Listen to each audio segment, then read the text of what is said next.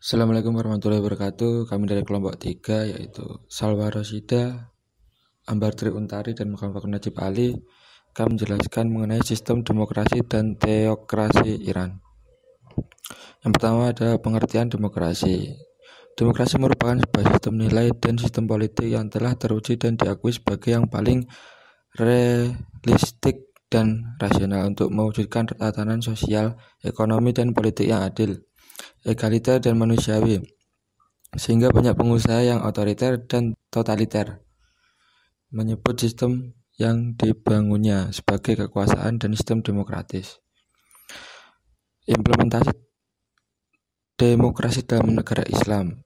Negara demokrasi Islam yang berpijak pada 11 prinsip, yakni yang pertama Al-Quran sebagai norma konstitusi tertinggi, yang kedua para hakim Muslim dan pengadilan tinggi hendaknya mengukur keselarasan dan rancangan undang-undang dengan Islam. Yang ketiga berpedoman pada ketentuan musyawarah atau syura. Yang keempat membentuk badan perwakilan atau majelis syura.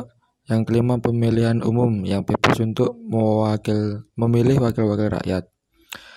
Yang keenam keputusan musyawarah bersifat mengikat semuanya. Yang ketujuh legislasi undang-undang atau hukum baru yang menyangkut persoalan baru dan berkembang yang secara eksplisit tidak terdapat dalam syariat dengan syarat tidak bertentangan dengan tujuan syariat.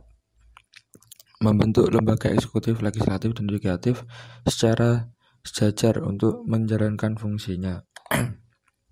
Yang kesembilan adalah kepala pemerintahan haruslah yang paling bertakwa agar menjaga syariat dengan sungguh-sungguh.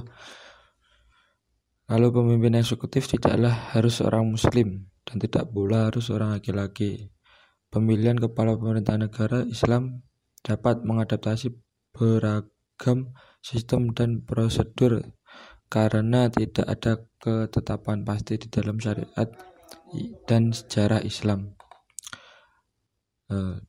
Dinamisnya makna dan beragamnya karakteristik demokrasi, maka Islam dan Barat mesti mencari alternatif untuk menyatukan pandangan dalam suatu pisau analisis atau demokrasi. Nilai-nilai dasar seperti partisipasi rakyat, persamaan, kebebasan, keadilan yang menurut para pakar tak dapat tidak harus ada jika suatu konsep atau praktek kenegaraan disebut sebagai demokratis.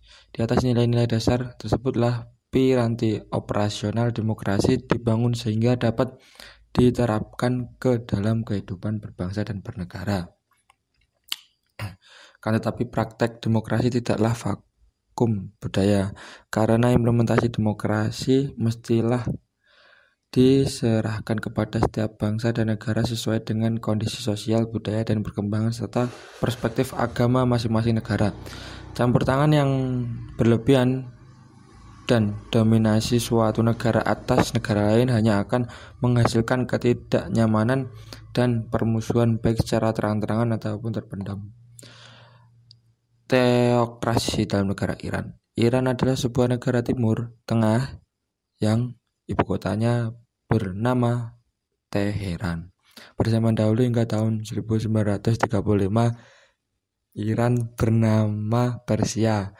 Namun pada tahun 1959 Muhammad Reza Shah Pahlavi mengatakan bahwa Iran dan Persia bisa dipakai untuk identitas negara Iran.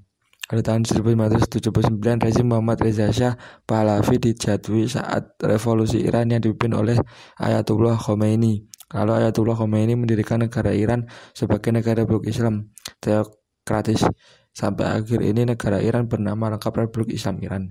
Republik Islam Iran merupakan negara yang mengadaptasi sistem politik modern dan sistem politik Islam sekaligus. Ini membuktikan bahwa Islam yang sempurna dan baku bukanlah agama yang bisa usang hanya dimakan usia dan ketinggalan zaman, dikarenakan ide-ide yang senantiasa berubah-ubah dan berkembang.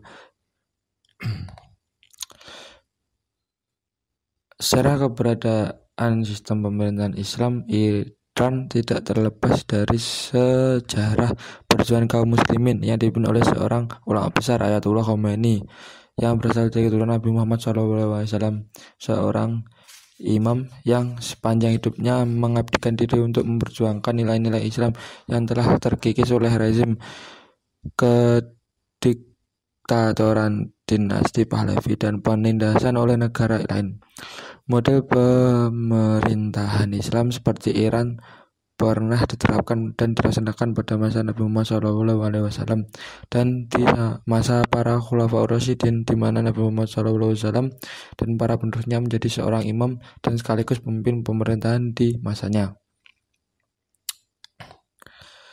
Sekian dan terima kasih. Wassalamualaikum warahmatullahi wabarakatuh.